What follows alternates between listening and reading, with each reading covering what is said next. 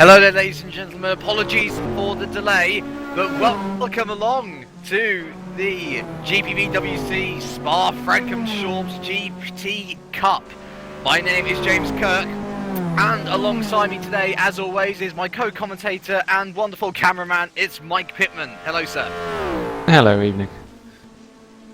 Now, we are going to go out onto track quickly. We are almost done in qualifying, as you know, we've had a few delays which we have to sort out, but we are here. Nevertheless, it is Jake Cooper currently on pole position in this very, very, very wet qualifying. And what we're going to do is we're going to go on board with the final runner of qualifying, Luis Wedekind, currently in P29.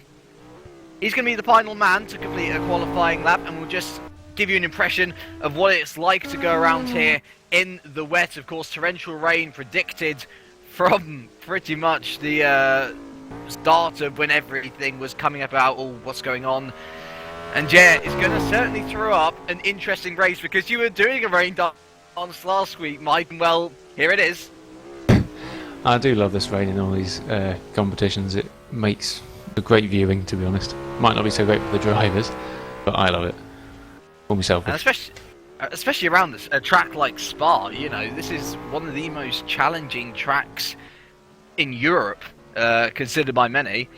To have it in the rain as well, absolutely brilliant. And I'm not sure whether we're going to have rain in the race, as Luis Wedekind really not able to get the corner onto the apex at all, and is quite slow. I mean, just to give you a comparison of the time disparities, Jake Cooper on pole position has done a 2:21.5. The last runner to qualify so far is David Jump for Nordschen, or is it? No, I lie, sorry. It's Nico de Koninck for Waters Automotive, a 2:31.8. So some drivers really struggling.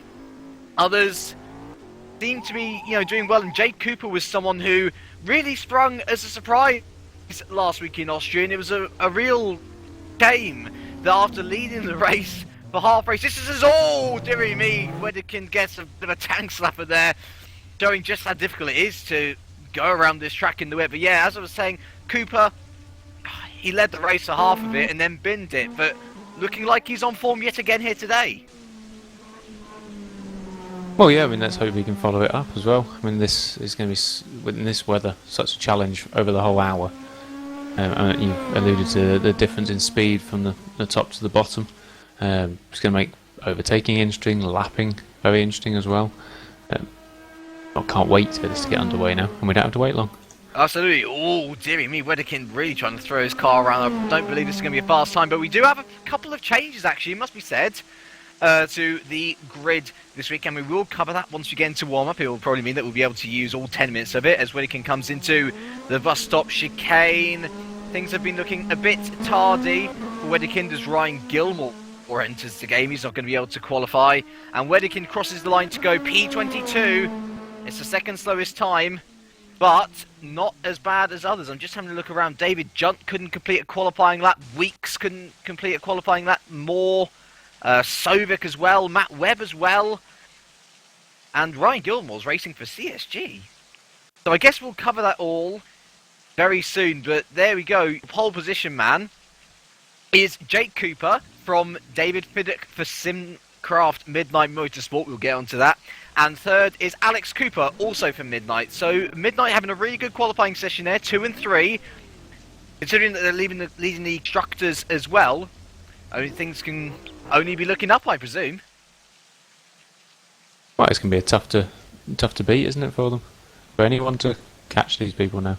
Well, everyone knows, even after 2 rounds, who's running at the top.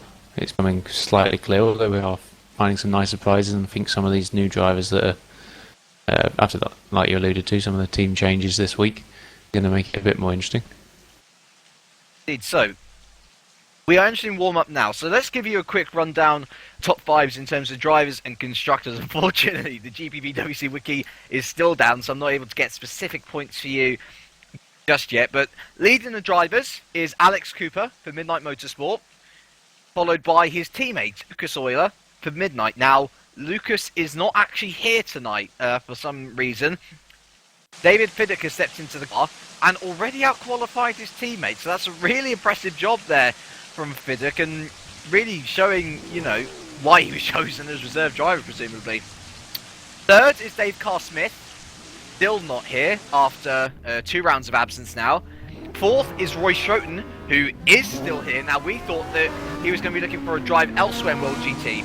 He's actually going to be sticking with Racing Team Schroten. So, since that wonderful second place in Austria, in all disciplines, he's really just sprung into life.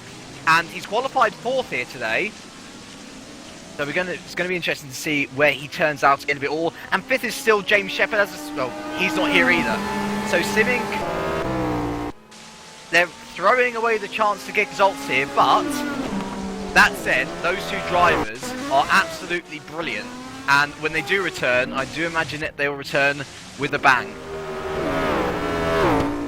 Yeah, we know the quality of these drivers. The interesting thing actually of this championship is that it looks like certain drivers will be jumping in and out of the car throughout the season.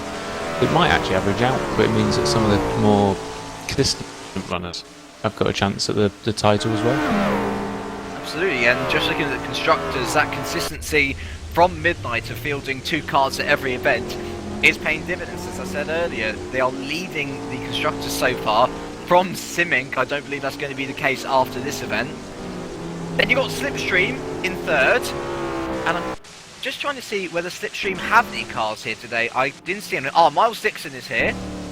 And his teammate Glenn Guest is not here at present. So only 1 car from Slipstream here today.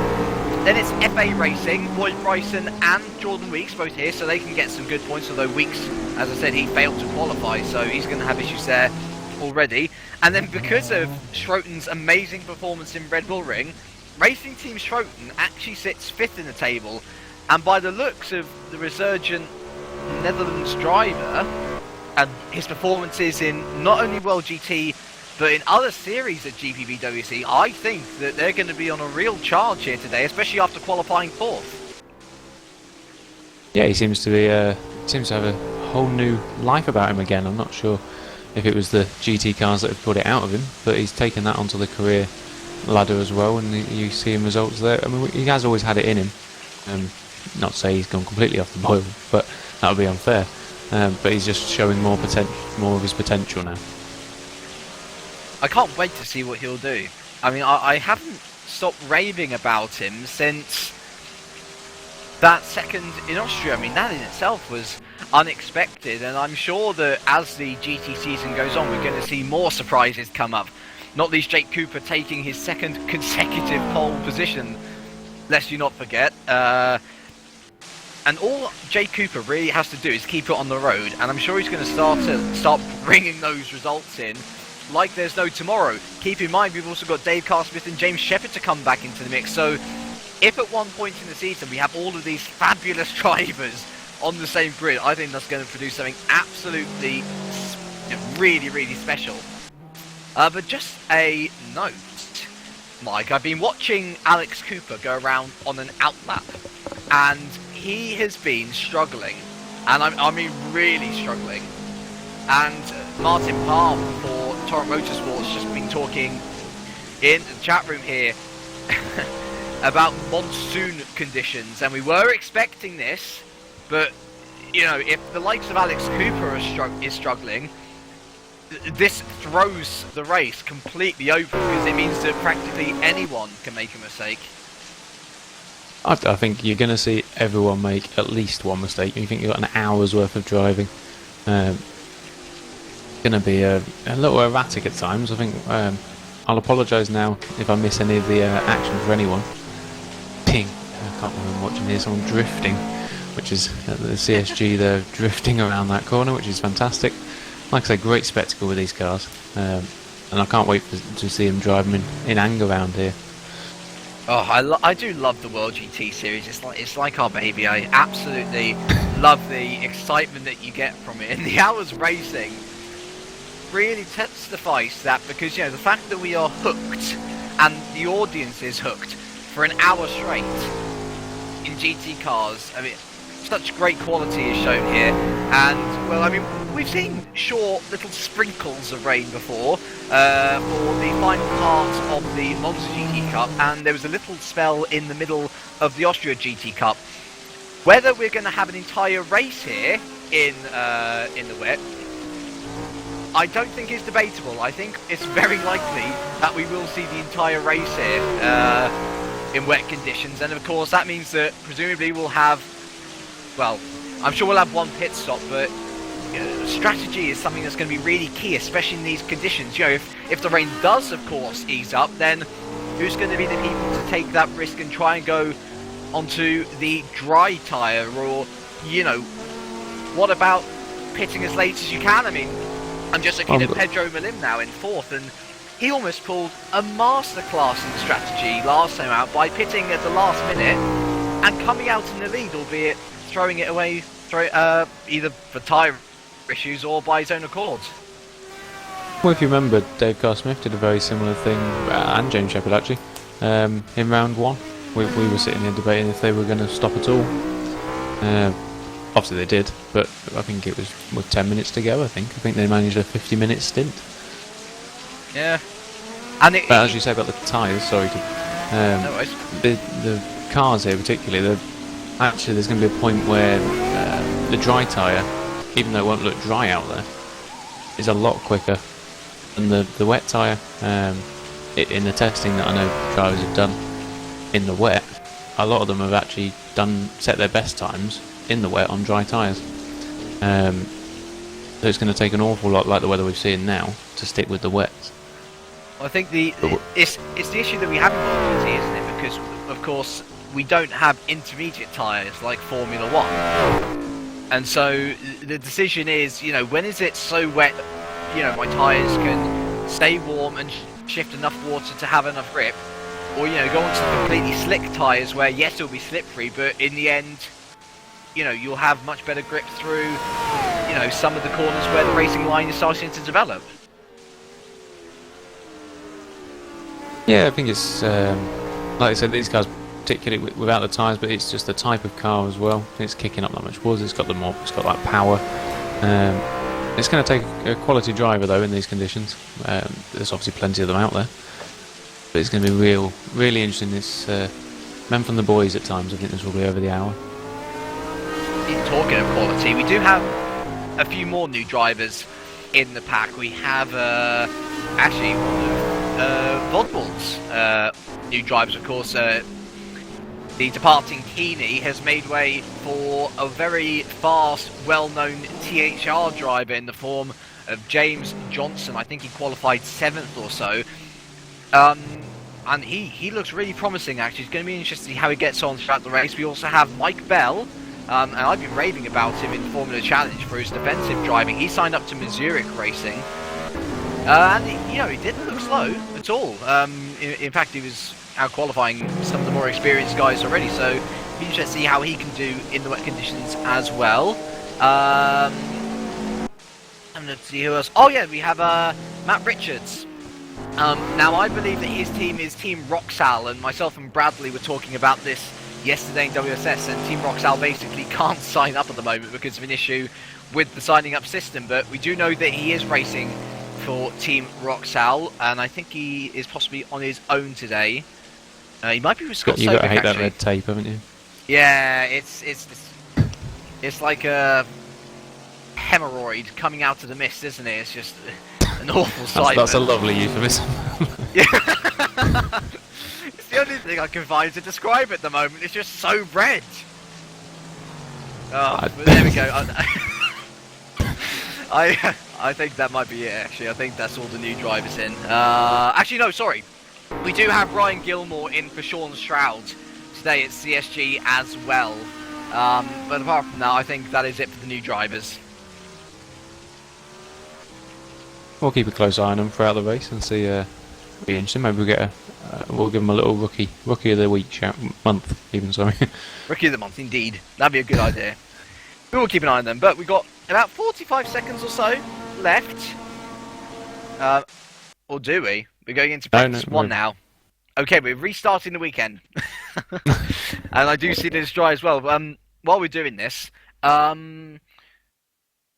looking at the drivers who are at the front moment, obviously we can't expect any of them to win because of the conditions we've got at the moment, which has gone back to rain.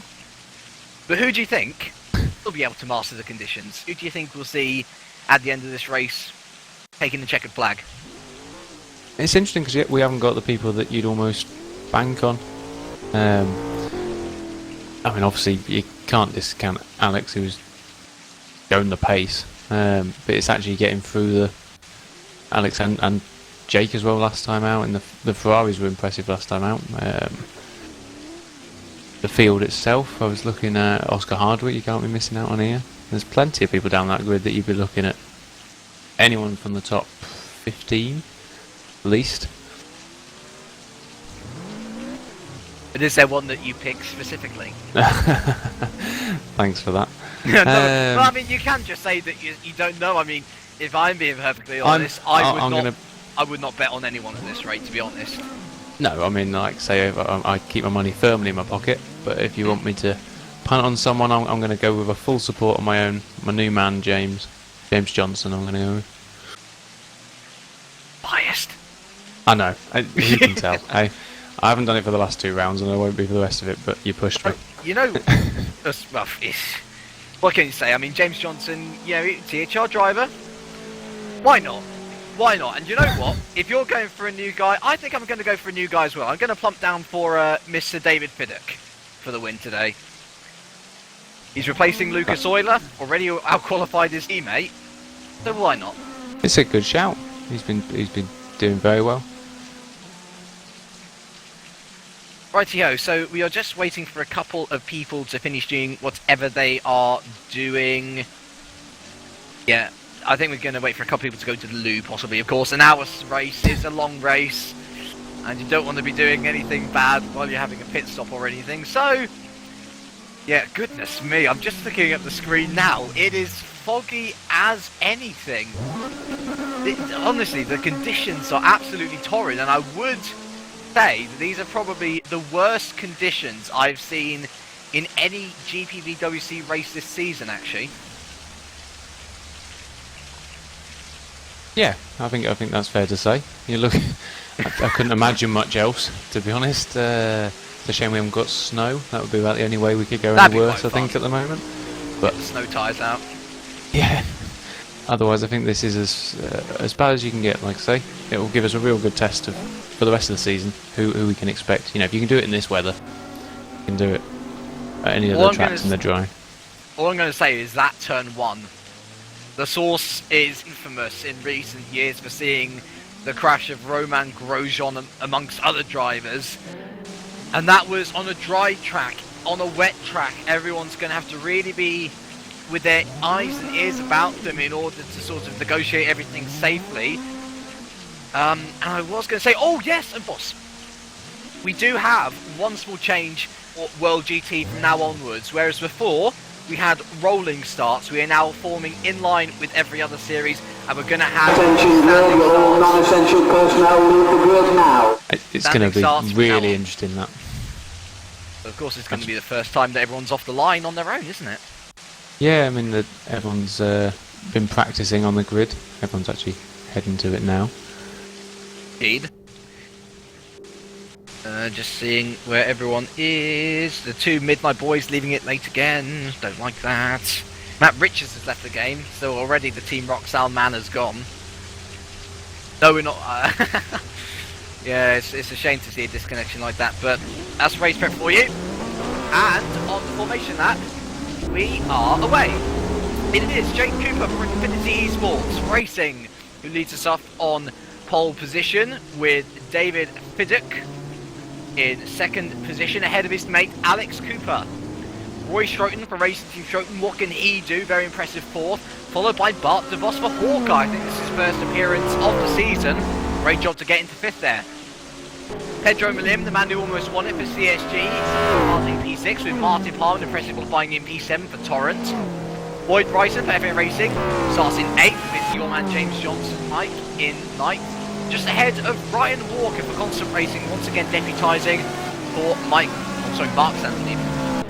Then, your two Bolton drivers actually qualifying quite well here. Calvin Herbster starts P11 for Montreal, with Broda Hansen for Target starting P12. New man, Mike Bell, starts P13 for Missouri, with John Hicken, Cooper's teammate, for Infinity Esports starting 14. Tindre Grimseth will start in P15 for Target, followed by Mark Fuller for SC Racing. Miles Dixon is in 17th for Slipstream, followed by Oscar Hardwick for SS. Mark Wicks has not joined the track, so he's not going to be starting there in P19 unless he's from the pit lane. Neither is Fran Schneider. That's not good for the two drivers there. So that promotes Wayne Reed for Waters Automotive into P19 there with Chris Wedekind. Oh dear, he's retired already. He's adding off somewhere, so that means that Kota Konink now rounds out the top 20 for Waters Automotive. David Junt will be P21 for Nordschen with Jordan Weeks for SS Motorsport in P23 2. I've lost count now. Scott Moore's next, racing team Stroton. Then it's Scott Sovic on his own for some team. Then it's Matt Webb for Epic. And Ryan Gilmore for CSG rounds out the back of the field. So already we've had retirements and people crashing and oh dearie me, it's not looking good, is it? No, we haven't even driven a lap in Bain yet, and they're already off. Watch Ryan Gilmore at the back as well coming through. We want to obviously didn't set a qualifying time, Well, but we know his speed.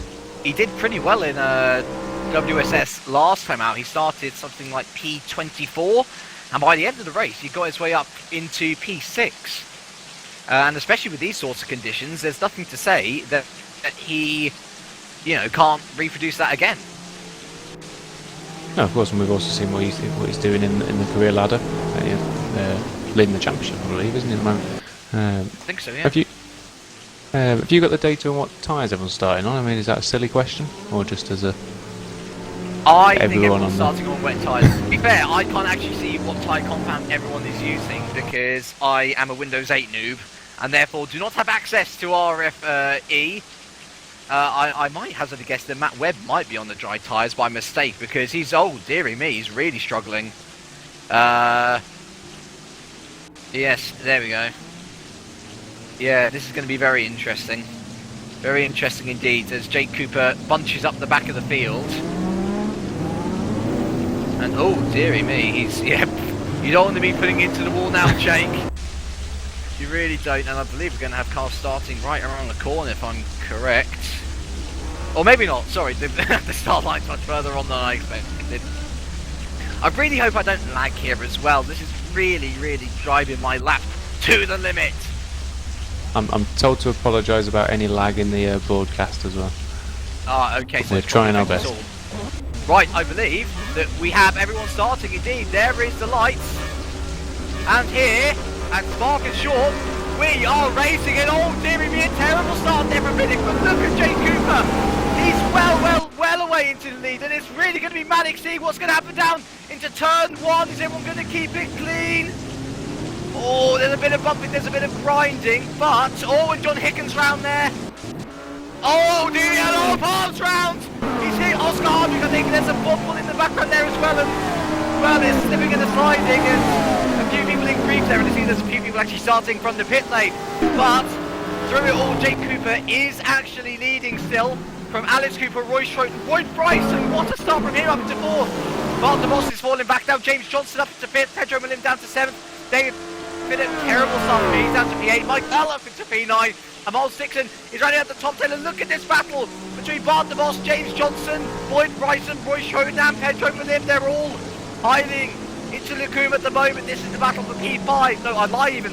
4, 5, 6 and 7 here. Really close battle. There's those battles going back further on. But this is going to be really, really crucial to see who can get into the groove quickest. We're going now into this really, it's a really deceiving right-hander actually. And oh, what's that? It's Roy Schroden off. Roy Schroden's off. And he rejoins just ahead of Miles Dixon in P9. That's terrible, and that means that Boyd Price of Epic Racing is up into third. Not for long, James Johnson's round the outside of him at the corner with no name. So it's all action off the start here. Yeah, it's great to see. I mean, like I say, even the best drivers going wide, little errors making a big difference. I think we're going to stick with this battle for P4, 5 and 6. I'm not sure what the damage is further back. I imagine there's the only retirements at the moment, so this is the highest battle we've got at the moment. They're really tiptoeing it round, aren't they? And Boyd Bryson is just about keeping it in. Oh no, it's David Fiddick! Oh, David Fiddick's round for Civic, so there's my thingy out the window, and it looks like David John there's had a collision with the target Rhoda Hansen, so all action. Gee, me, there's loads of stuff going on in the back. But let's have a look here. Jake Cooper and Alex Cooper are re-signed to pull away now. James Johnson in a league of his own really in third there. Is Boyd Bryson starting to pull away as well. So, Bart DeVos is starting to pull away, Pedro Malim starting to pull away, Roy Schroten starting to catch back up again. Mike Bell and Miles Dixon on their own. So yeah, amazingly at the end of this first lap there's a lot of people starting to section out. I'll find the closest battle for you later as we start lap 2 here. So it is Jake Cooper leading by 1 second to Alex Cooper, followed by James Johnson a further 3 seconds back. Then Boyd Bryson is another 3 seconds back, followed by Bart DeVos, Pedro Malim, Roy Schroten, Mike Bell, Miles Dixon, and Mark Fuller is just under attack from Sindre Grimseth here for P10. Sindre Grimseth looks to the inside and oh, he's lost it under braking. But has he been able to hold it? No, and look at John Hicker trying to go on the inside. Sindre Grimseth's going to lose out to David Fiddick, I fear, at the back here, but Mark Fuller just about holding on from John Hicken at the moment. Oh, that just shows it's you need to adapt your braking points there. That was a little optimistic, but looked great on camera. It certainly did. John Hicken made a little mistake up through the source and down this massive back straight now. So I fear that he may be a bit far behind to do anything. Indeed, Mark Fuller's miles ahead now. And oh, there's been a change up in the lead. Jake Cooper's gone wide and Alex Cooper's taken the lead in this race. I'm not sure whether you can get that on replay, Mike.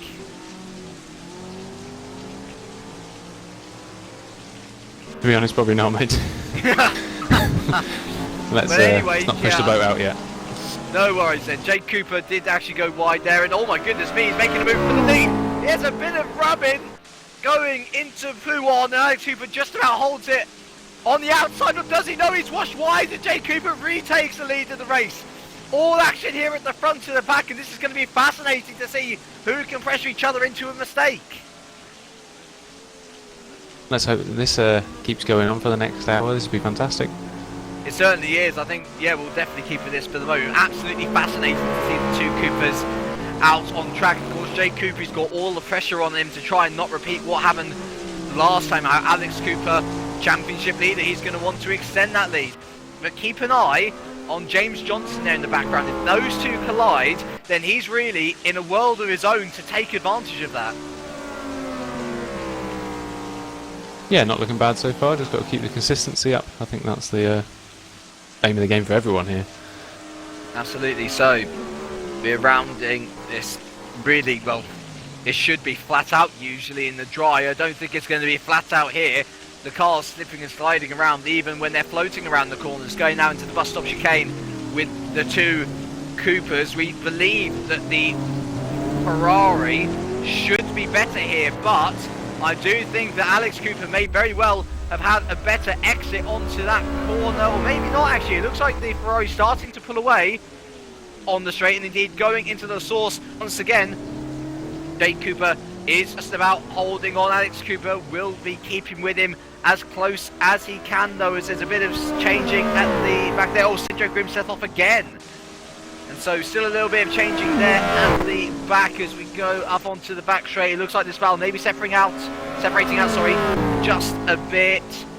And oh, look at the battle for P5 and P6. This is much closer. Pedro Malim has just got past Bart DeVos for P5 and P6, and the CSG driver is really going to want to try and keep up behind. I mean, Bart, I believe this is his first outing in the GT Cup for Hawkeye Racing. But he's looking impressive here today, really on the pace already with these guys.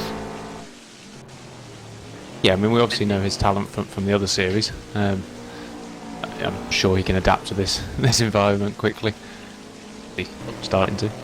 The BMW Z4 seems to be the car of choice for at least some of the bigger teams. I mean, of course, you've got Midnight using them. I believe you've also got SS Motorsport using the BMW Torrent, as well as Pedro Malim washes out wide, but Bart the Boss isn't able to get the power down as early as he would like, and Pedro's going to hold on to that for a bit as we round the corner with no name. Boyd Bryson there, just in the distance. They are able to see him as what's going on there for P9 and P10. Look at this! Mark Fuller and David Pinnock going hammer and tong at the corner with no name, and dearie me, David Pinnock almost thrashed Mark Fuller into the wall there, and he's now back up into P9. Just looking behind there, they're nearly 3 abreast as well into the corner. Oh, and Dave Pinnock, oh, he's spun in, oh no! Contact with Fuller, and David Pinnock has lost his rear wing. I could see that happening. He looked like he was losing it as soon as he entered Pouon. And I'm just trying to see what damage there is to Mark Fuller's car, and yeah, it doesn't look to be as bad as I thought it was, but Ryan Gilmore has capitalised, and Mike Bell's gone around the outside of the S. So Mark Fuller down to 12th from that incident. That's particularly impressive in this weather. Yeah.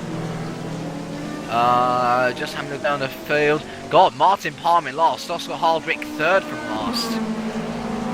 So really not good drives from them at the moment. Some people getting really caught out here.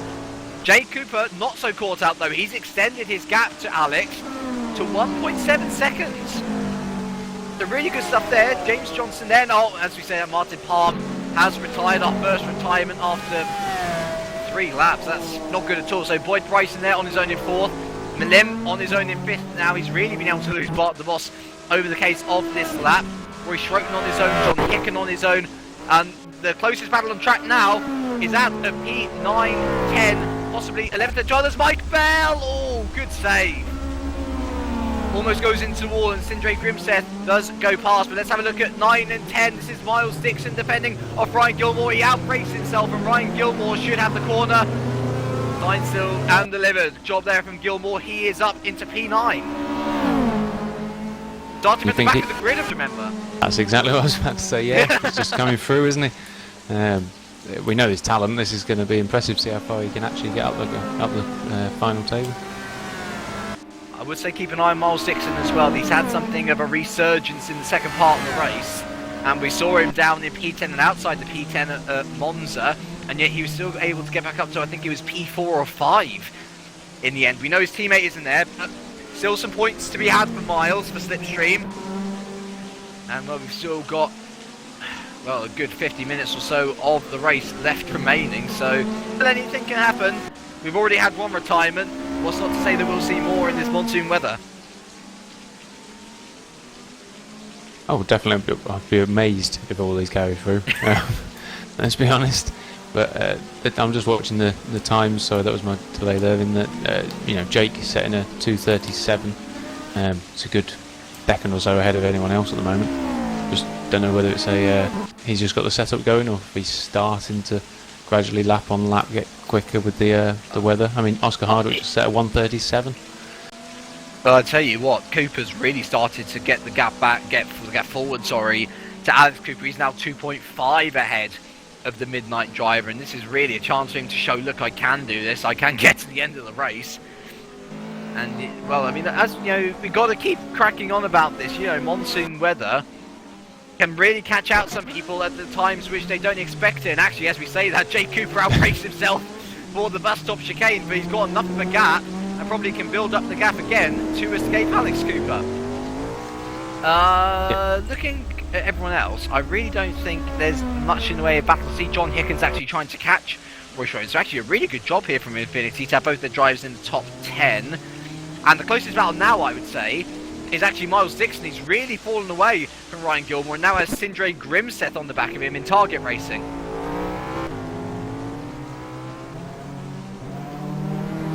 We're entering the bus stop chicane now, and I don't think this is going to be a simple job at the best of times throughout this entire race. It's always a hard corner to get, but Sindre Grimseth has a real tank snapper there, and we've seen him spinning pretty much twice already in this race.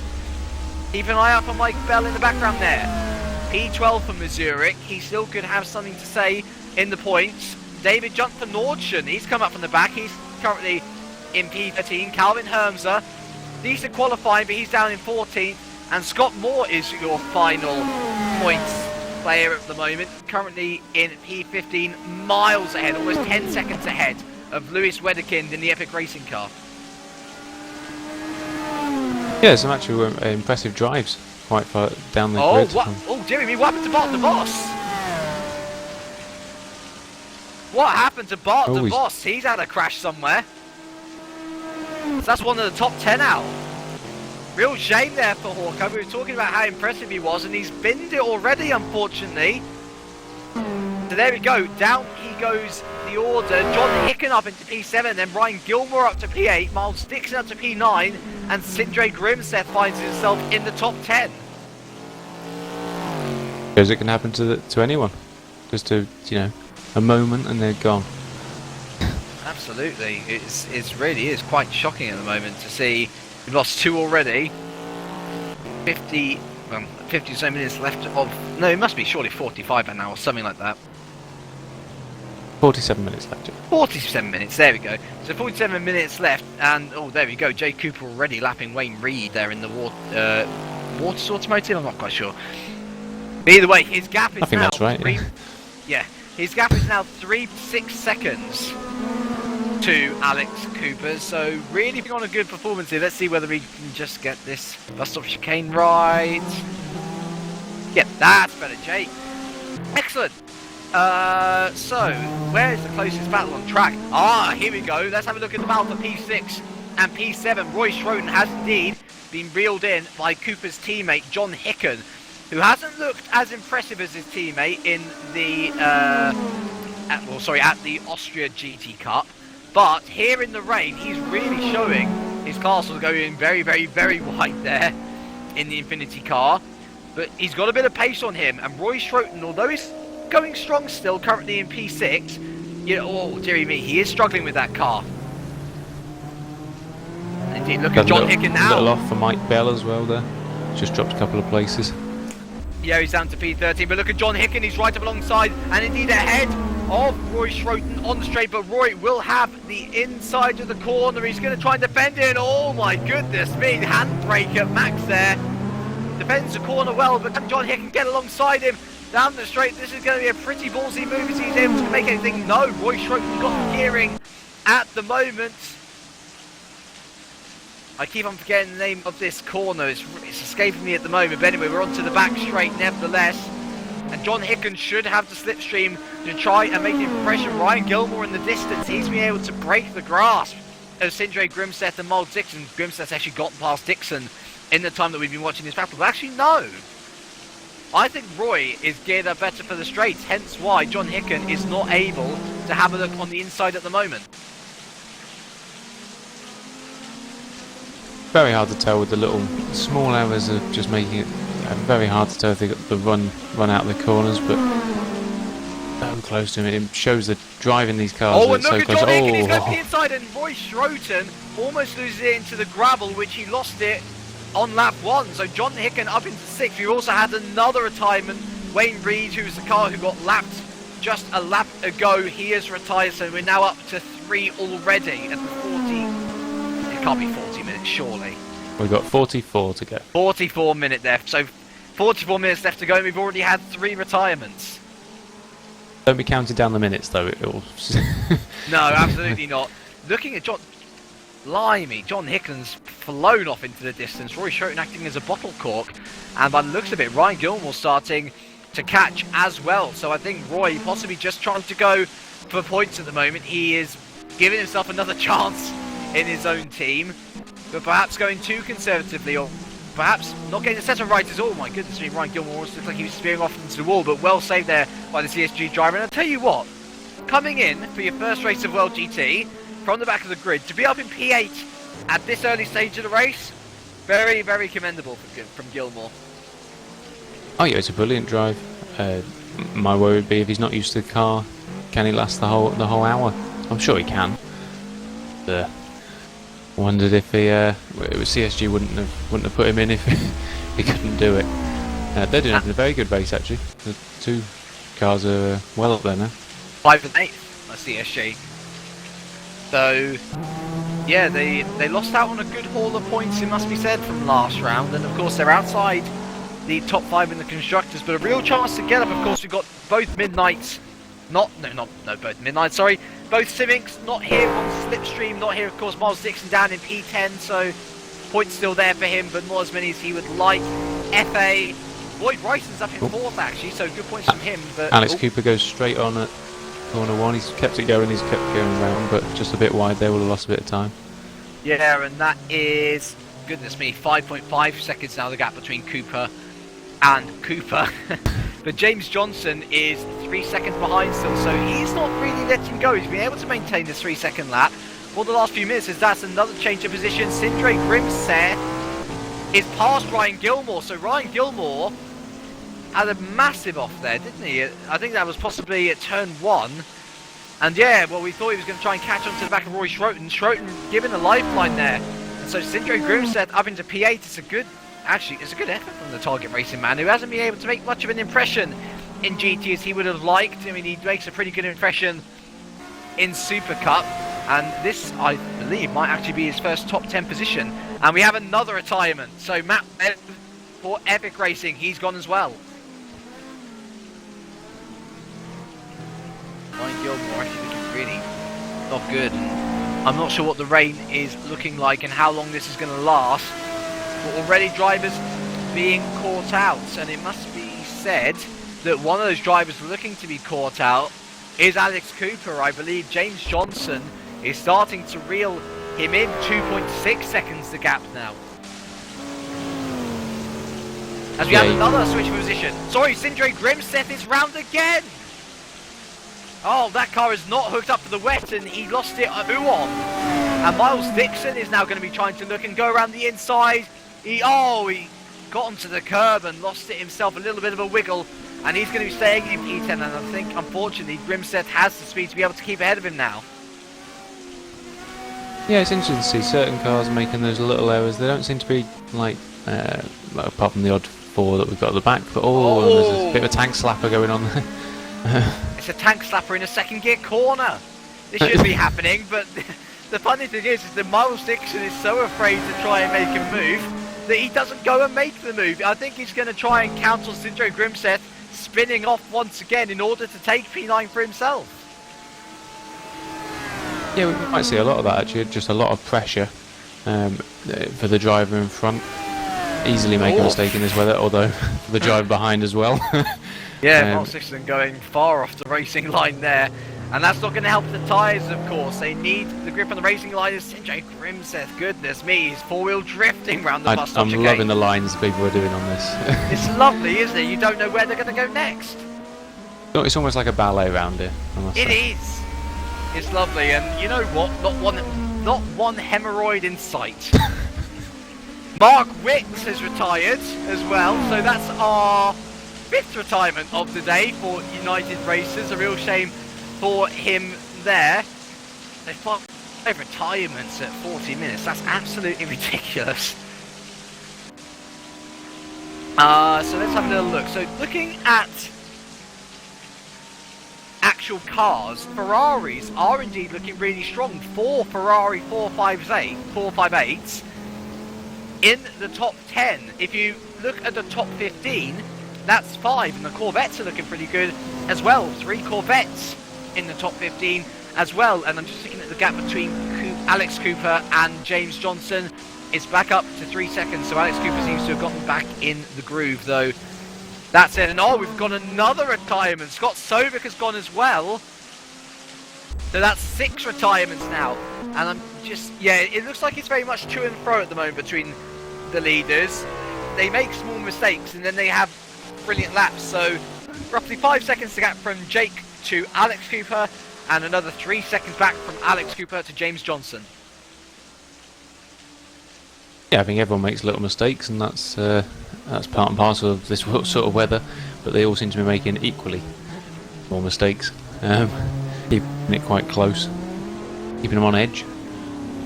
Let's have a little look here. Boyd Bryson is on his own in P4. Pedro Malim is on his own in 5th. John Hicken is 3 seconds or so ahead of Roy Schroten, not too far. 3 seconds, I lie. I lie, it's now 6 seconds behind Roy. He's pulled away quite nicely, hasn't he, there? He certainly has. Ryan Gilmore 7 seconds behind Stroke, and Syndrome Grimseth is a further 5 seconds behind Gilmore. And Miles Dixon is a further 3 seconds behind Grimseth. So they're all starting to really bunch out. But that said, Alex Cooper is starting to reel the gap in on Jake Cooper. Now the gap is 4.8 seconds. And if he keeps chipping away 2/10 a lap like this, we might just see the battle for the lead again heating up. Just trying to find the closest battle on track. I can't find anyone. There is practically no good battles on track. Oh, hello. Don't be saying that. I have found a battle. It is the battle for V20, 21 and 22 between Mark Fuller, David Pinnock and Froda Hansen. Absolutely classic stuff from these three. I think Mark Fuller up in the top 10. He lost it by crashing into Pinnock, who's been in the pits, had a new rear wing fitted, and still behind Fuller at this early stage in the GT Cup. Keep an eye on Froda Hansen there as well in the Target racing car.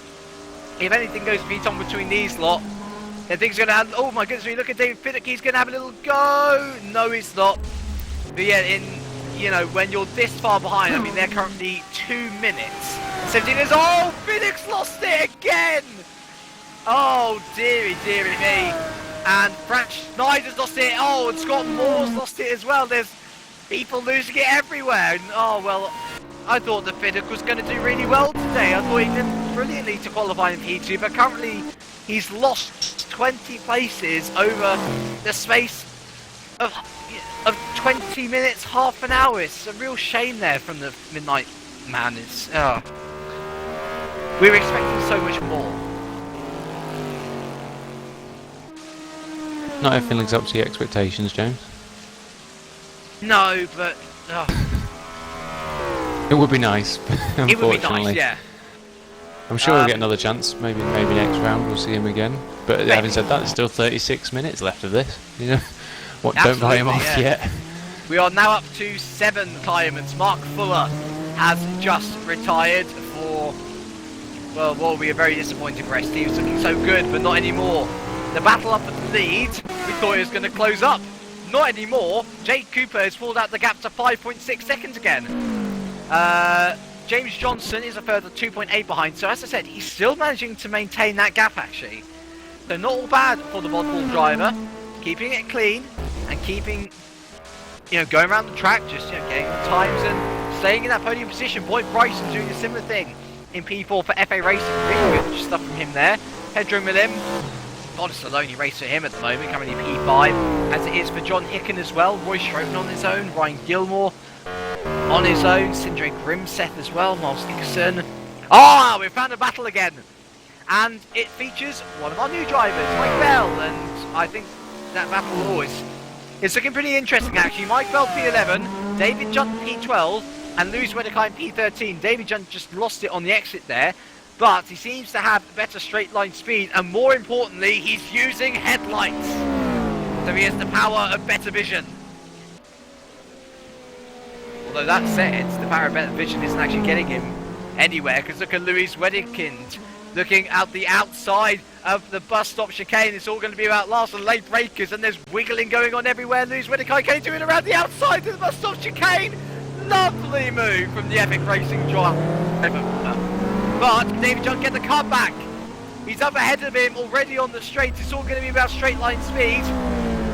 And I think he may very well have him. Cam Wedekind hold on to the inside. Mike Bell's going off into the distance there. And Wedekind. Oh, he's holding on. But look at David John around the outside. Oh, unbelievable. And Ryan Gilmore's lost it. Ryan Gilmore's disconnected. And David John has gone around the outside of turn 1. Absolutely brilliant battles. Or battling, I should say, from the Nordchen and Epic Racing driver. Oh, it isn't in between that. It's a shame for Ryan there, but this is fantastic, honestly. Really good stuff. I mean, David Junt said that he wasn't doing Nordchen justice. I mean, this battling is absolutely fabulous. It shows a lot of respect between the drivers as well, that they can race so closely, and whereas before we were seeing people not wanting to maybe pass in case people were going to slip off in front of them. This is battling at its best. Absolutely, really good racing here, and David Junt really good to hold on to the corner there at the back straight, and once again parking it pretty much on the apex, and he's lost it. Well, Lewis has lost a bit of time there, but he seems to have the faster car overall, so I imagine we're going to see him catch up in a bit as we go round the corner with no name. They should really name that corner. And Wedekind, oh, he washes out a bit wide there, and I think David Junt has won this one for now, and I reckon that he's going to start focusing on trying to catch up Mike Bell, who's currently in the top 10. Yeah, it's a great little drive for him, up into the top 10 already. Sorry, I was saying that David Junt's putting away. Look at Lewis Wedding, he's taken Boo on like an absolute boss, and he's looking for the inside of the S now. Oh, and David Junt has washed wide, and oh, very good defending there, just parking Wedekind on the exit there. But look at Wedekind now, he's got much better traction out of the corner, and this is absolutely epic battle between the Epic Racing car and the Nordstrom Racing car, and oh, a bit of a tank slapper there for Wedekind. That's going to really damage his exit now onto the straight, but as I said, his cornering speed seems a bit better than Junt, so maybe we'll see it all Constantina up again by lap 10. Yeah, we're not even at halfway yet. How many minutes do we have left? 32, so we're nearly there. 32, nearly there. And oh, he's David gone Junt wide. washes wide!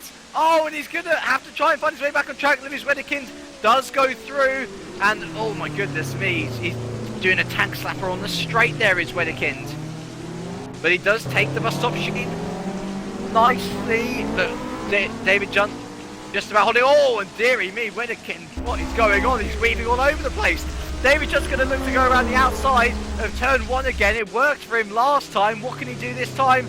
Wedekind holds the inside, but can David Junt do the cutback? Oh, bit of contact.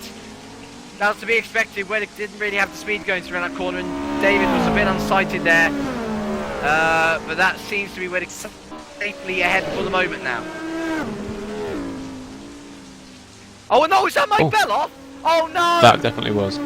Oh, thankfully he's been able to keep it out of the wall, and he's back out into P12, so not all bad for Mike Bell. Ryan Walker is just coming onto the back straight now, so I think he'll be able to hold P12, but that means that Lewis Wedekind is up into P10, and it looks like he really is starting to pull away from David Junt now, so a great battle there from the two, and hopefully lots of battling still to go on. Your current lead out the front, and oh my goodness me, Jake Cooper was pitting, and he's spun in the pit lane.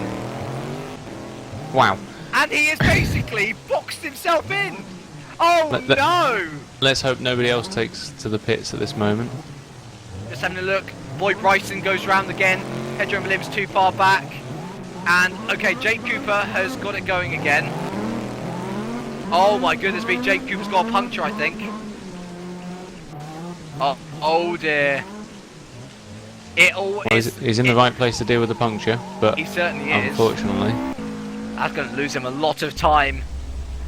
And Pedro Malim goes around again. So Jake Cooper comes into the pits, albeit with a puncture. It's always at the halfway point, isn't it? Perhaps he should just consider notting. I've never seen him so unlucky. It's heartbreaking almost. And in fact, as we say that, his teammate John Hicken's just going to pass him now. I'm just seeing where Roy Schroten is. He's just coming up to the bus stop chicane. I fear that Schroten might be able to get round early enough. He's just coming on to the pit straight now as we speak. Jake Cooper still in the pits. Roy Schroten still going to be there for a while, yeah. Passes.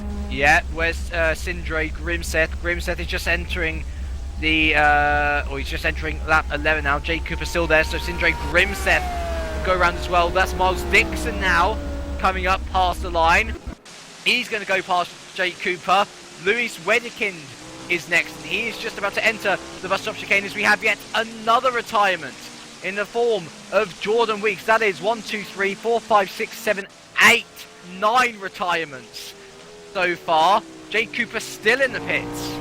Can I just say, whilst this is going on, the lead is only half a second now. What? Up the front. Really? Yeah. Oh, goodness me. You're absolutely right. Yeah, James Johnson really starting to pull in Alex Cooper at a rate of knots.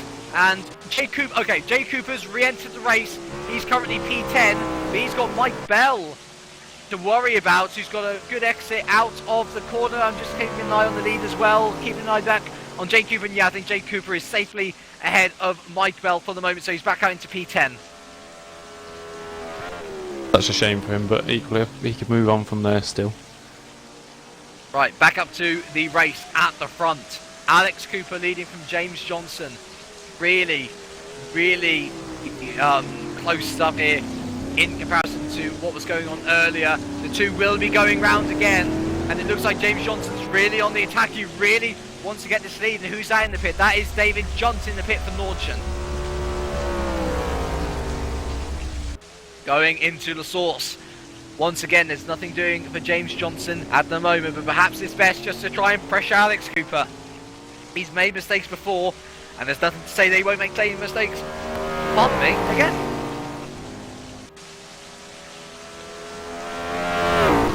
Heading up now, onto back straight. You can't take this full speed as Alex Cooper and James Johnson actually cut that.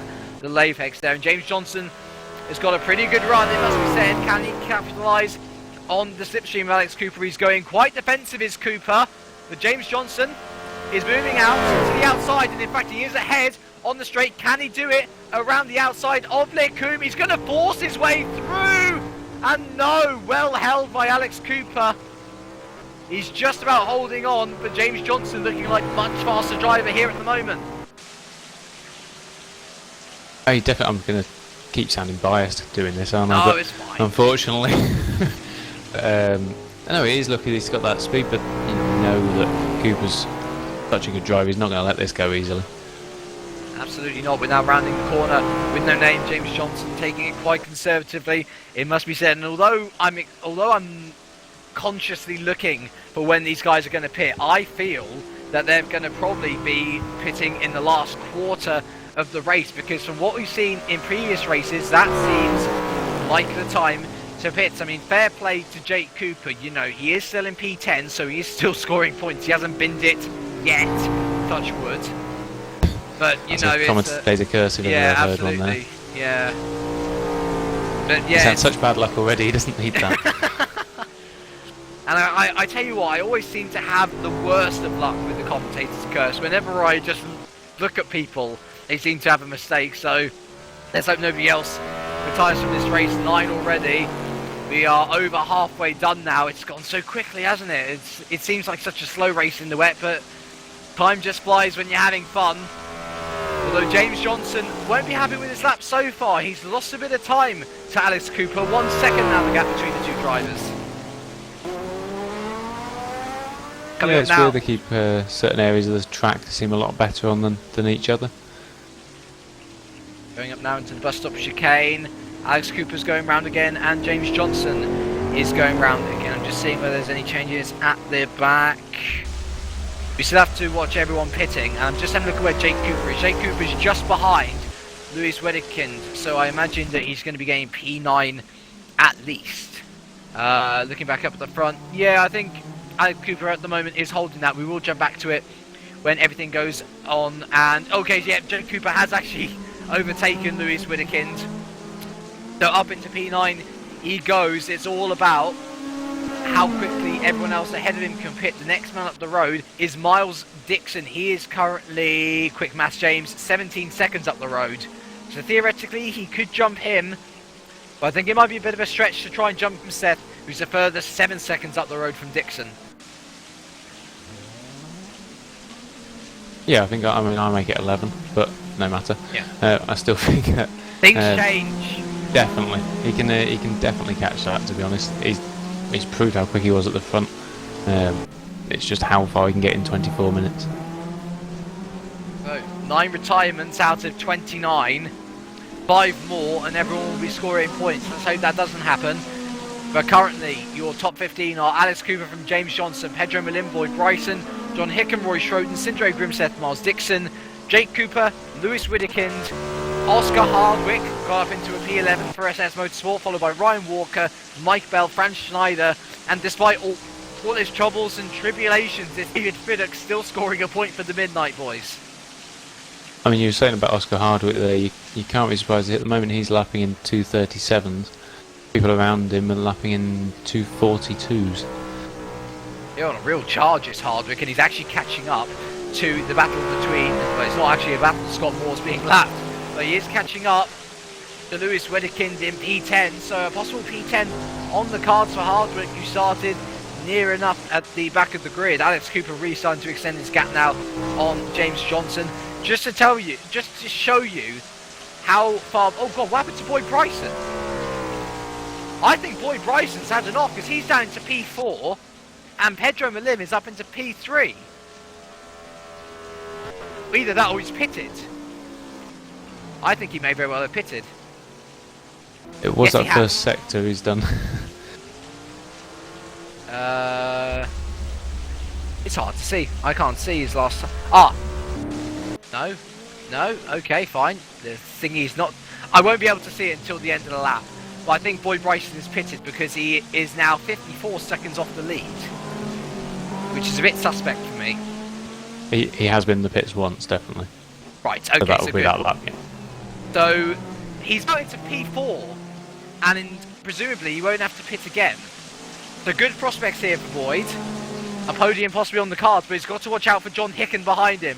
He's been on a charge all race, and he's currently P5. Still lots to do. Oh, and hello, we've got James Johnson in the pits. So James Johnson has chosen to pit as well. This is actually going to be crucial, seeing where Boyd Bryson comes out in the thick of things. Where's Pedro Malim? Pedro Malim is going to go round again, so he's going to inherit second position for the time being. Boyd Bryson is just entering the bus stop chicane now with John Hicken. James Johnson is still in the pits, and I wonder, might James Johnson get taken here by Boyd? He crosses the line now, Boyd Bryson. James Johnson's exiting the pits. This is going to be close. Boyd Bryson goes slightly wide and James Johnson comes out ahead. Does Boyd Bryson have any form of speed left in him? The gap is much closer than it was when Boyd Bryson pitted. That was a bit of a good stop there from Boyd. But James Johnson seems to have it under control for the moment, or does he? Boyd Bryson has taken those couple of corners really rather well. And is John Hicken in the pits? John Hicken's in the pits as well, actually. But through the smoke comes James Johnson. Boyd Bryson looking out to the right, but nothing doing there. And it seems that James Johnson might just be able to hold on for the time being. Well, obviously, I hope so. He might be showing slightly a little bit of rookie there going. I still think pitting this stage is slightly too early. Obviously, I don't know about their tyres, but I'd have been waiting another 5 or so minutes at least. Right, so everyone is coming in to pit now. The likes of Lewis Widekind, Hicken, Sindre Grimseth have all come into pits. We'll keep you updated with those as they go along. Currently, your top three: Alex Cooper, who is yet to pit; Pedro Malim, 42 seconds behind, also who is yet to pit; James Johnson, currently your man in third. He is pitted. Boyd Bryson also is pitted in P4. Roy Schroten P5. Oh, and our leader pits. Oh, he does? Our leader's in the pits. That's very early for Cooper. I don't know whether he's seen everyone else is doing it and thought, let's go for it anyway. He has got that gap. Yeah, he does indeed, but it's all going to be eaten away at the moment. Pedro Malim is just he's basically charging his way through the final sector now. The last man to pit in Austria was Pedro, and he came out in the lead of the race, but I fear that, oh, Alex Cooper's actually already left pits. So Alex Cooper, well, he's going to be well into the lead when he exits the pits, which he does so now. And yeah, Pedro Malim, interesting, Pedro Malim also pits actually. So this is going to really shake up the order. James Johnson is exiting, or just entering, sorry, the bus stop chicanes. Oh, dearie me, there's his teammate Calvin Herm, so he's had a bit of an issue there. His bonnet is off. And so Pedro Malim will be down to P4 as James Johnson and Boyd Bryson go through in quick succession.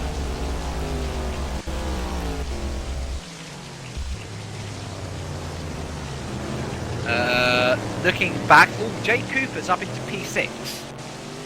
So things could be looking up for Jake at the moment. Obviously nowhere near the lead. In fact, he's 1 minute 46 off it, showing how much time he lost. But let's see where Roy Schroten, or what Roy Schroten does. Will he pit as well? No, he doesn't. Roy Schroten goes around again. By the way, Pedro Milim has come back into the race. He is currently P4. So currently, your top 10 are Cooper from Johnson, from Bryson, from Milim, from Schroten, from Cooper, from Dixon, from Oscar Hardwick. And actually, sorry, as we say that, Miles Dixon has pitted. So Oscar Hardwick is just entering the bus stop chicane. Oscar Hardwick pits as well, so there's still a bit of shaking around to do. John Hicken is going to take those two now. So actually, goodness me, that shows how much time Cooper's lost. He's only beating his teammate by 1 place. Yeah, I mean, you don't like to see that in the pit lane before. The only person I still think that hasn't pitted now is Roy Schroten. I think he's up there in 5th and he hasn't actually pitted yet. Miles Dixon's been in the pits an incredibly long time, and in fact, Oscar Hardwick's got out ahead of him. Oh, dearie, dearie me. So Oscar Hardwick amazingly jumps Dixon in the pits, but they've got a right gaggle of cars to contend with now in the form of traffic of Nico DeConnick. But look at Mike Bell. He's up into P11 once again. Name keeps cropping up. He's doing a good little drive.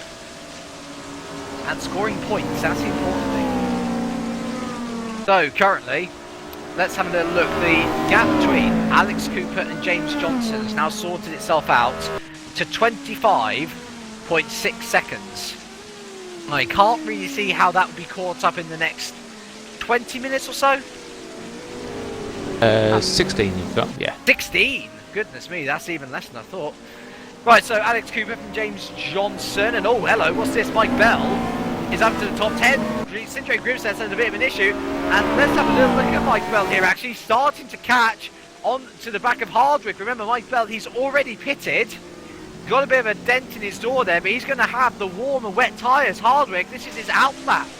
And so Mike Bell really has in the back of P9 here, so really, really good use of the tyres here. Perhaps the earlier pitters has a bit of an advantage here. I suppose time will tell on these tyres, won't they? What's happened to Roy Schroten? Roy Schroten, I'm just seeing... No, actually sure, he hasn't pitted, so he's dropped behind Jake at the moment. I think he's had a disconnection. I think he's had a disconnection or crashed, yeah. Oh no. Oh no, Roy Schroten has gone. Because all I'm seeing on his screen is brick wall, and when I go to his driver view, it's nothing. So a disconnection there for Roy Schroten, a real shame, as he was doing so well. So that means, and yep, there we go, DNF for Roy Schroten. Oh, that is a real shame. He was on such a high, and to see him go out now, oh, it's heartbreaking really. But that Jake up the top 10 as it is. Alex Cooper leading now 24.9 ahead of James Johnson. So James Johnson is catching. The question is, can he catch up far or quickly enough? Try and challenge for the lead. Boyd Bryson is currently in P3, well ahead of Pedro Milim. Then we've got Jake Cooper and John Hicken. I think they are 2 seconds or so separated from each other, but stuff here from Infinity actually. Really good points scored here today. Ryan Walker for Constant Racing, currently in P7. He's really fought his way through the field. Oscar Hardwick, P8, has started to lose Mike Bell, who's now P9.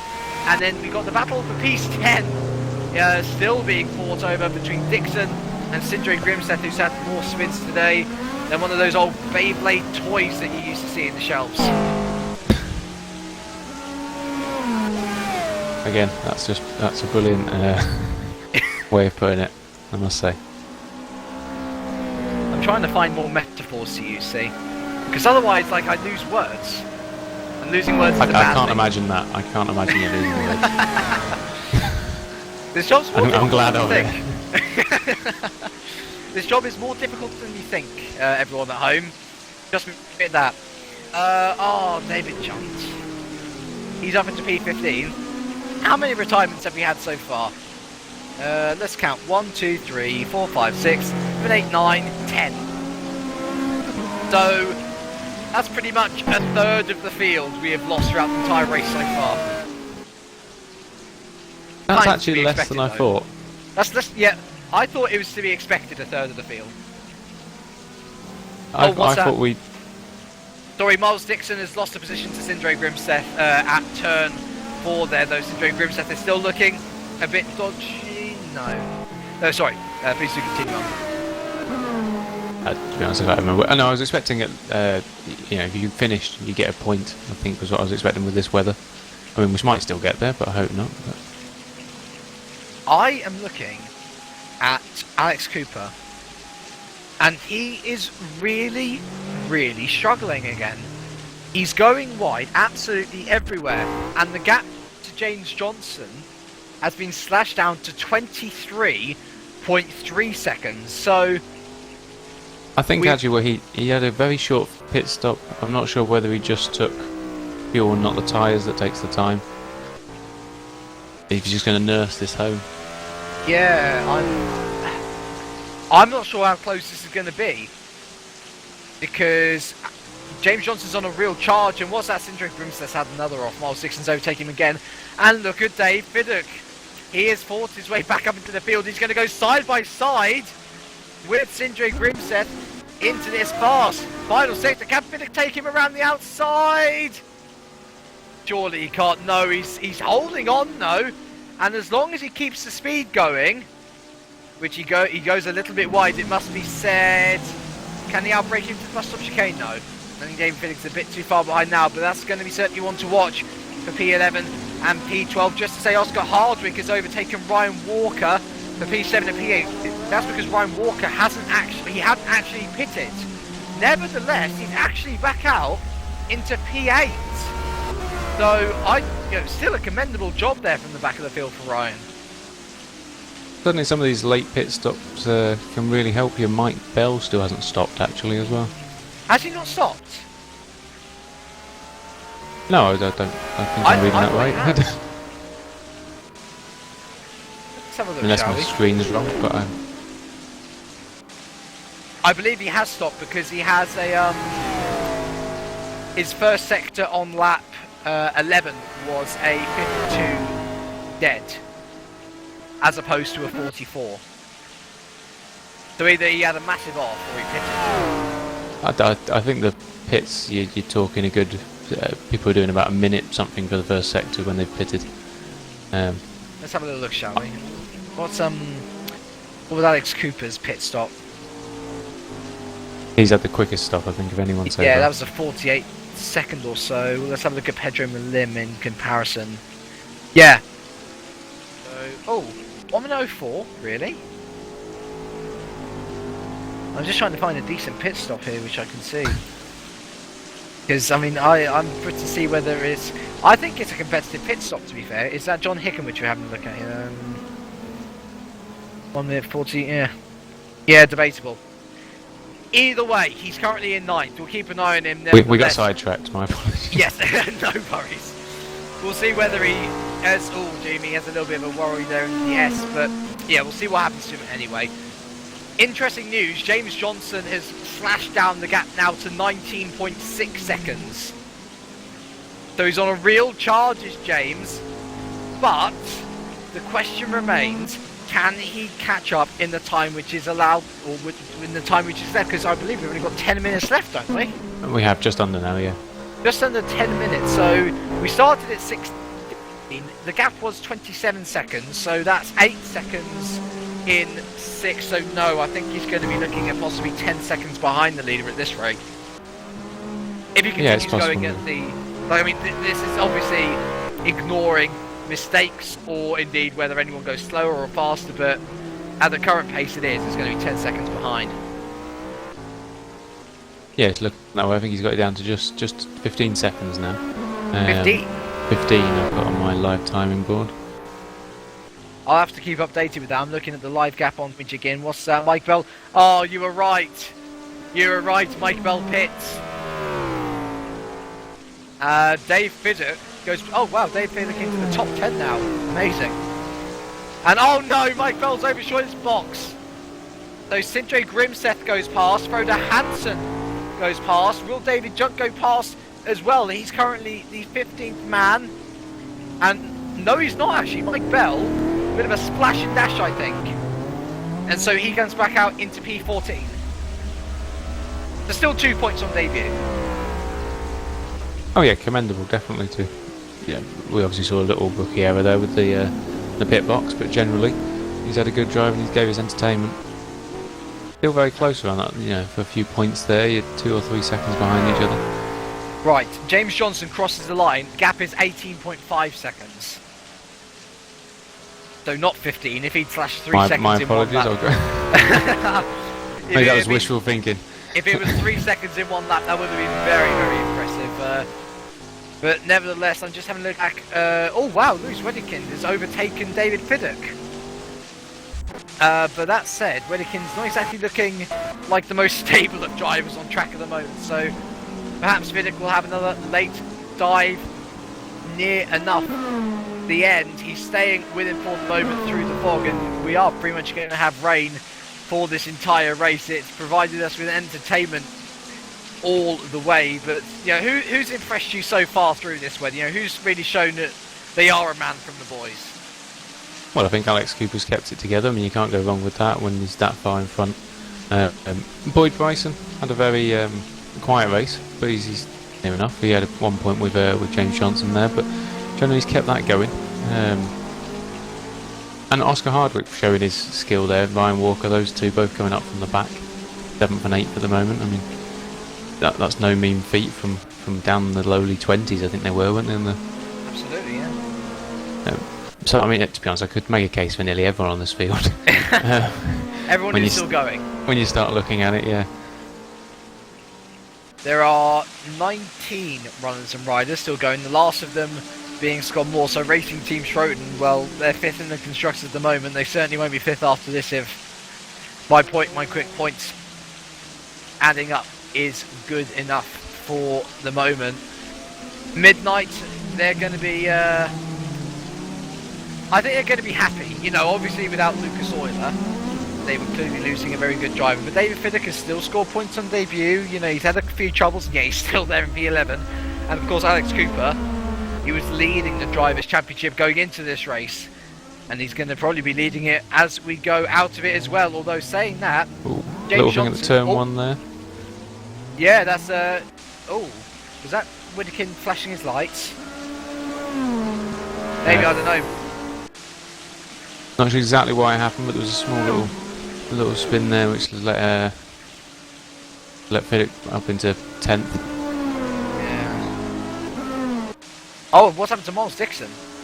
Miles Dixon's had a terrible run out of the Source hairpin, and David Fiddick is past him as well up into P9.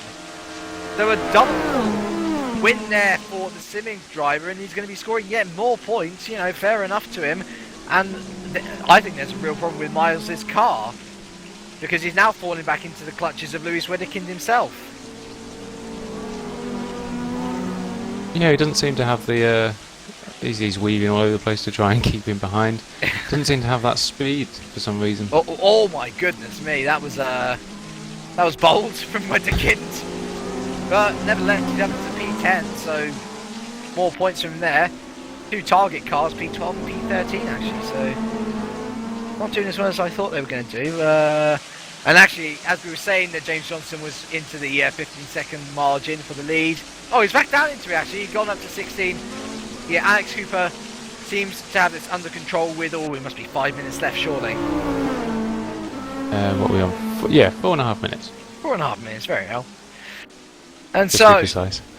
Yeah, let's have a little look. I think the top 6, 7, Fiddick's 8... having to really defend here. And it is in fact the closest battle on track in terms of biggest points position, and quite literally in that matter. David Fiddick, oh dearie me, that car is not set up well. And oh my goodness me, a real tag slapper from Wedekind, but he seems to have kept the speed going. As we enter the 3rd sector,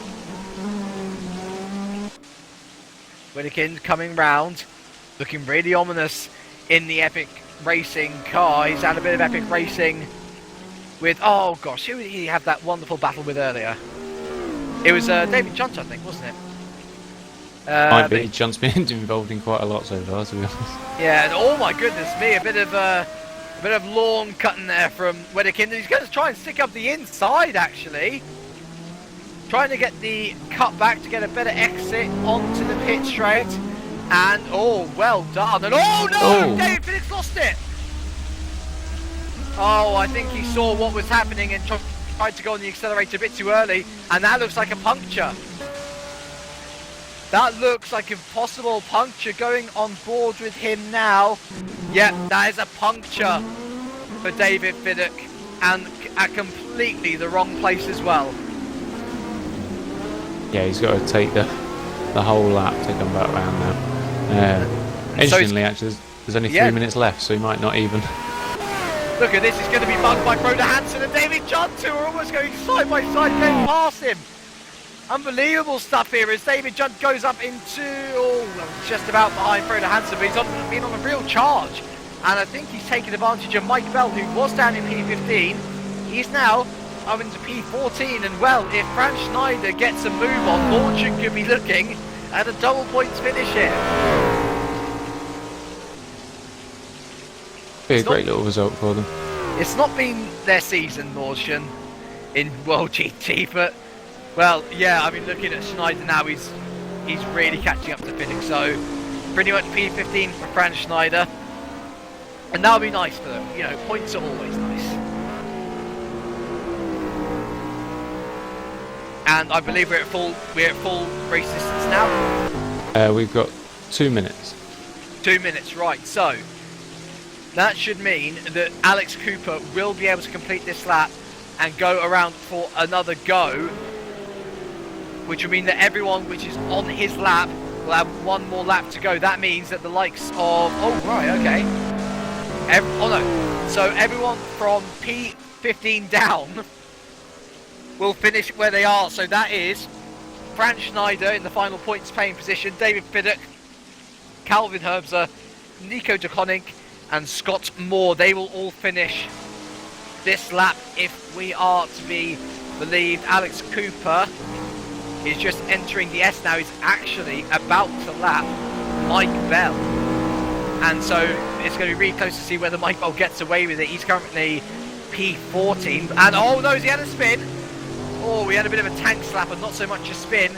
And I think that Alex Cooper's going to overtake him. Yes, he is. And so it looks very much like Mike Bell might be finishing this lap as well, I think. I'm not sure at the moment. How long have we got left? Yeah, we've got 50 seconds. 50 seconds, okay. So you know what, they probably will be able to go around again. And what's that at the front? What's happened to Sindre Grimseth? He's had another spin.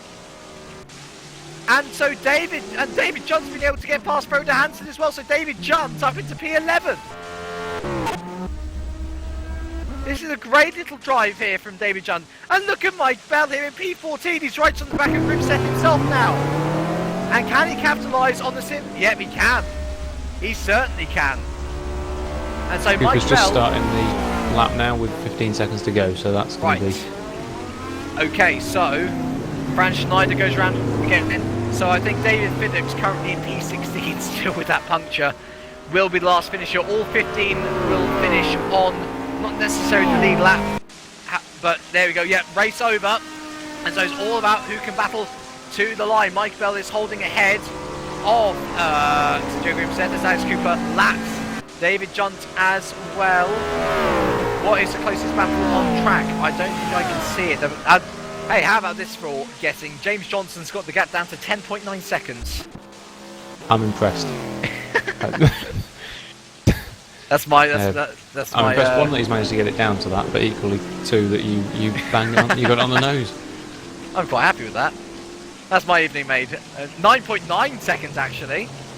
I suppose it does still mean there's a little bit, tiniest bit of pressure on Alex maybe for this last lap. You know, if he did do an off, not 50 seconds behind, 20 seconds behind that it has been. Yeah, certainly true. And actually, as he enters the corner with no name, James Johnson's only one corner behind him. So Alex Cooper, if he makes a mistake now, things might be crucial at this point in the race. 9.9 seconds is not a gap you'd like to have. Frodo Hansen there gets lapped, and so that means that only the top 10 are in the lead lap now. Alex Cooper going one to the curb there. That would have been scary for him. And yeah, it must be said, there's been an absolutely peerless performance from Alex, capitalised on Jake Cooper's failure to get the pit stop right yet again, or the pit stop stage I should say, right yet again. I think And, that you know, has made the difference. Alex, not just his obvious error, sorry to but Alex Cooper did the best pit stop. He picked the right time, and it didn't take too long. Absolutely enters the final sector now, still 9.9 or so seconds ahead of James Johnson, who's also had, I mean, this is his debut, James Johnson, in World GT. A stunning performance from your new driver, the Vodball driver here today. Down to 8.7 seconds is the gap, but as is the case most times in motor racing, when you go on a late race charge like this, more often than not, it's simply not enough. And Alex Cooper, he rounds the bus stop chicane now, and he goes onto the pit straight. It's his second win. It's 2 from 2, and Alex Cooper for Midnight Motorsport extends his lead at the top of the drivers. Great win for him there. James Johnson just rounding the final corner now. Brilliant podium on debut for James Johnson there. Next up, well, we were saying it's been a quiet race for Boyd. I think he'll be absolutely ecstatic with a podium here today for FA Racing. We weren't expecting him to do anything near this, but he surprised us all, and he comes home nice and safely behind the lap traffic of Nico de Koning. Great effort there from the South African. Coming up next is Pedro Malim, also had a quiet race, but not much has gone wrong for him, to be honest. You know, he's kept it clean, he's kept it safe, and I'm sure he'll be happy with P4, at least much more happy than what happened to him last race. Oh, definitely. We've always seen the skill there, haven't we, over, like you say, last race as well. He's got the speed, and that's a good result from him. And CSG will be very happy getting points again. Oh, absolutely. Especially, I mean, I think it was a shame for Ryan Gilmore. He was riding quite well up until his retirement. But maybe they'll have their regular Sean Stroud back. I think he was very unlucky to DNF in Austria, to be honest. But there we go. Jay Cooper is next home. At least he scores points, and a P5 is highly commendable for his first finish, let's not forget, in World GT. And next up is his teammate, John Hicken. So Infinity have really got some good points here, to be honest. You know, 5th and 6th, probably the best team finish of the race. Yeah, they'll be very happy with that little points haul. Then we got Oscar... Oh, sorry, go on. Oh no, you're right. I'm just saying, Oscar Hardwick coming home in 7th, Ryan Walken 8th, Lewis Wedekind 9th, Miles Dixon 10th.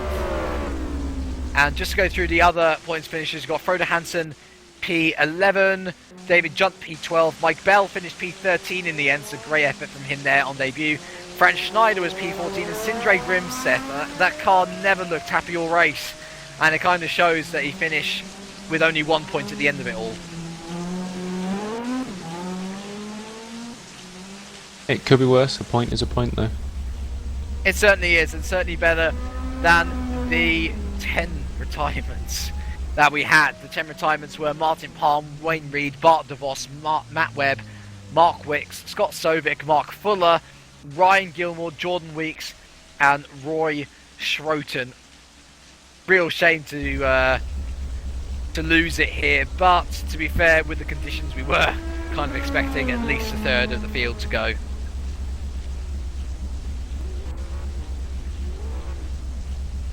Yeah, Right then. Actually had quite a few finishes. Sorry. No. I'm just saying we're going to be looking for interviews just in a minute. But yeah, fair play to Alex. He is really capitalising on all his main championship rivals. I mean, let's look at the top 5 here. The top 5 going into Spa was Alex Cooper, Euler, Carl Smith, Schroten, and Shepherd. All 4 of those guys in the top 5 did not score, either by not attending the event or through DNFing, which was Roy Schroten's case. So that's basically an extra 25-point gap that he has pulled out there.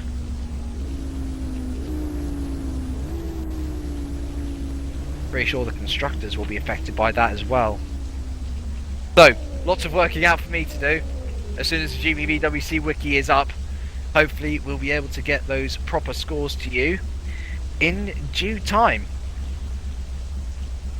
So let's have a little look at who we've got in the room. Lovely. So we are going to be getting for you on the interview line. We've got Alex Cooper, we've got James Johnson, Oscar Hardwick in there, Ryan Walker. And here they come. So let us start with the race winner, Alex Cooper, 2 from 2. And because none of the 4 championship rivals behind you score today, that's basically a free 25-point extension on your lead. You must be thrilled with that. Yeah, I'm surprised that I won, to be honest. I'm awful in the wet, but I got lucky with a pit stops, didn't change tyres and could cruise to the end, so pretty lucky. I think it must be said that your victory was half helped by the fact that Jake Cooper had yet another pit stop stage mistake in spinning in the entrance to the pit lane. He got pole position again, and knowing Jake, he's going to persist until he gets it right. Are you more fearful of him in the dry? Because, I mean, clearly he has the pace to do it, and as soon as he sorts that pit stage out, you know, who knows what he can do. Yeah, the car that he's driving is pretty quick in the dry, so, well, in every condition, so he should be there at every remaining race. Okay, let's move on to James Johnson. Wow, well, second on debut, I have your absolutely ecstatic team manager here, and I think that you did an absolutely fabulous job, especially in the wet. I mean, it's pretty much a baptism of fire coming to Spa in the wet, but second place, you know, really, really great effort from you. So do you think that this will be a springboard for a championship challenge, or are you just taking it one race at a time for the moment? I think it's going to be one race at a time at the moment. I've started 2 races late, so I'm quite a way back, but yeah, I was kind of hoping top 5 for the first race. So this rain was really hard to drive in, and basically I think I put too much fuel in and changed tyres, so I could have been a little bit close to Alex, I think. That's a threat, Alex. Right, and also, oh lovely, we got the final podium position. Boy, Bryson, sir, that was an amazing drive from you. Pretty much on your own for most of the race, but you got the job done. A third for FA Racing. Can you carry this momentum into the next round? Well, thanks very much, James. Yeah, well, we hope so. That was actually quite a stroke of luck. The car was like a soggy pudding at the end there, and yeah, after last event's fourth, I was actually very stoked to get third. I think Jake had a bit of trouble, and well, yeah, I think I was very fortunate. I did a bit of practice in the wet to make sure, and I knew it was just going to take patience and slowly catch your monkey, and it worked out quite well. Certainly did, and let's actually go on to Jake Cooper. We actually have both Jake Cooper and John Hicken here in the channel with us. I mean, the 5th and 6th for Infinity Esports is a really nice team result, and I believe that your team have actually got the most points from this weekend, or from this evening, I believe. Maybe outscored by midnight. But yeah, it's another race of what could have been, Jake. I mean, can you explain what happened in the pit lane? Well, as I'm sure you know, our factors collision physics are a bit questionable at times. But, well, I turned in too early, effectively, and took my left rear wheel off, there or thereabouts. And then I had like a 1,000,000 point turn to get out, which wasn't pleasant. Absolutely not, but I mean, surely you can take positives from this. I mean, pole position for the second event in a row. You've got the speed. Surely, you know, this must only be a matter of time before you are fighting for the win fully throughout the entire race. Yeah, I'm just, you know, trying to keep my cool.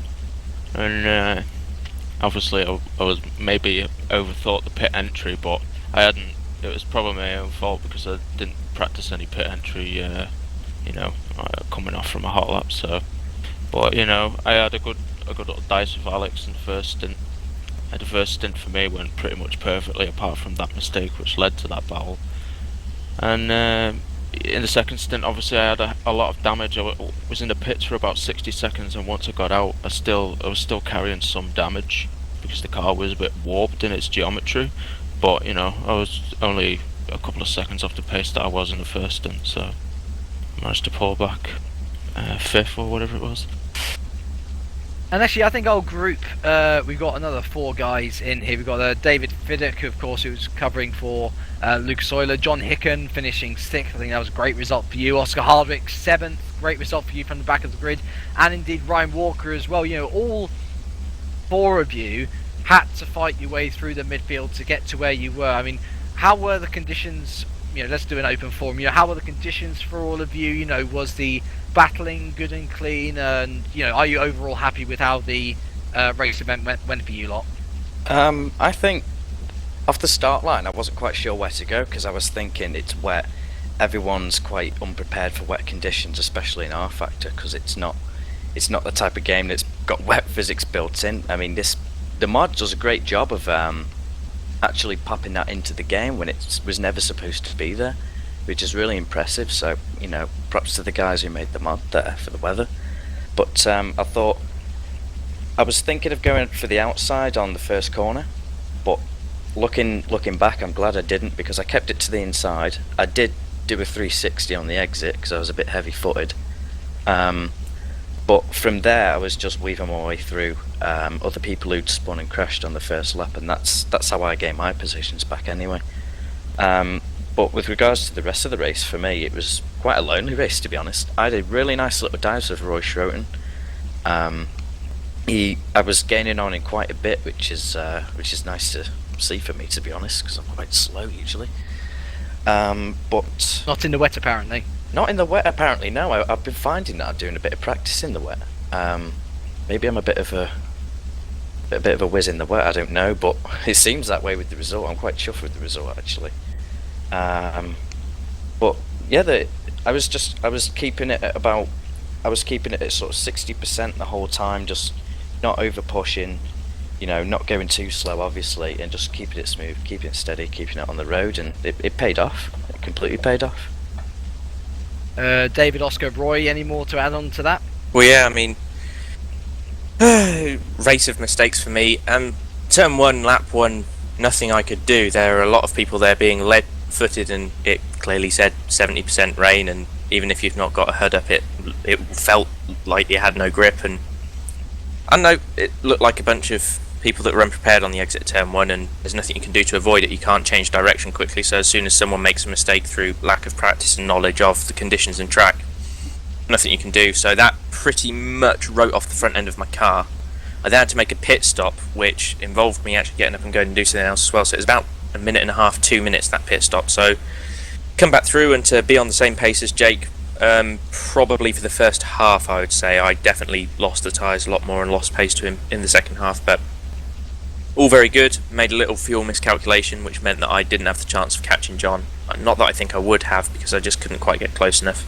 Did you say you had problems with the pit stop? Because I don't know what's going on with my No, crew, but it said 27 seconds in the pit stop, and I ended up waiting 45, and then I was just clawing at the wheel, ready to go. No, it was a fuel miscalculation on my part. The pit stops are fine. I just put it in too little fuel when I pit in originally, and had to do a splash and dash at the end, which put me about 17-18 seconds behind you, as opposed to the 3 or 4 that I was at the time. But all in all, you could only take positives from it. I mean, I was quick enough to be at the front, and in all fairness, can't moan too much about the crash at the start, because I was at the back through a mistake myself in qualifying, where I decided to take it for a spin out of Pouhon. So all in all, pretty good. Racing was absolutely fine, so yeah, not a bad result.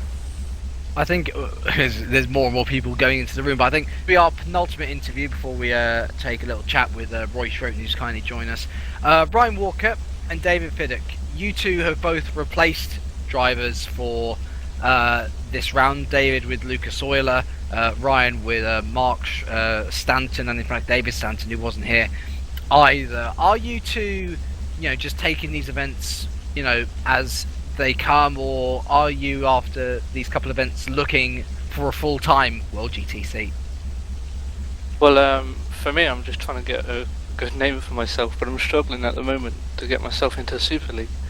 I was asked by Dave last night about 10 o'clock if I wanted to race today, and I didn't even download the mod, so I had to download it and done about 10 laps last night, and then Alex Cooper helped me out quite a lot today, which I'm thankful for. So pace seemed alright, but with testing, You out-qualified him.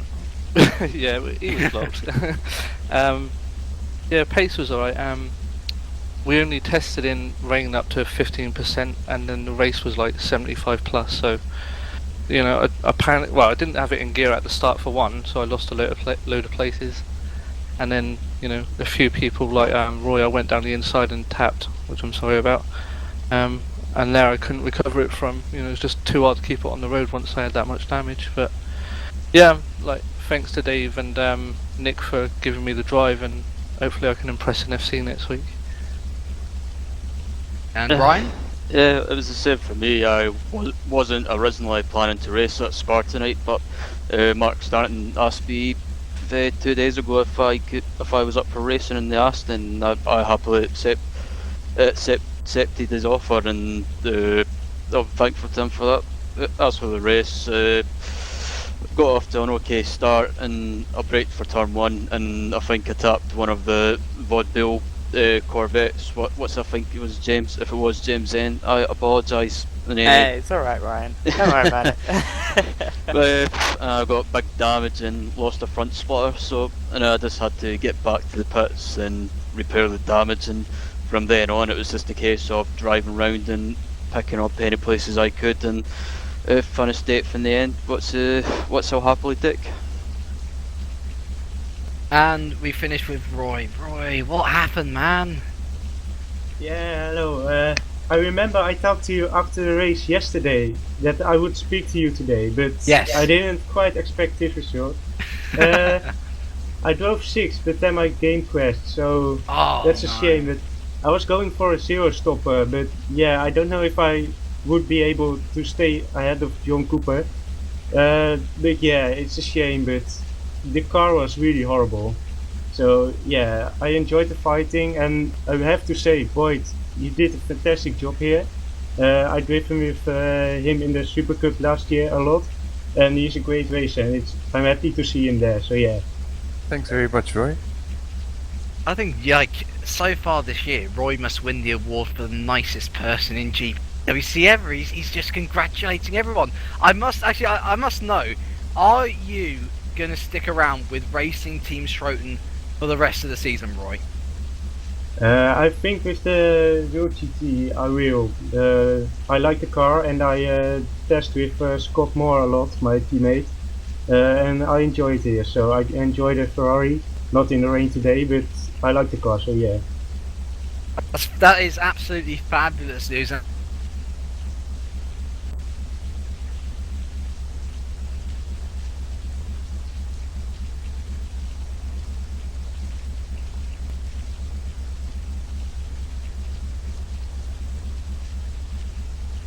Big 60. I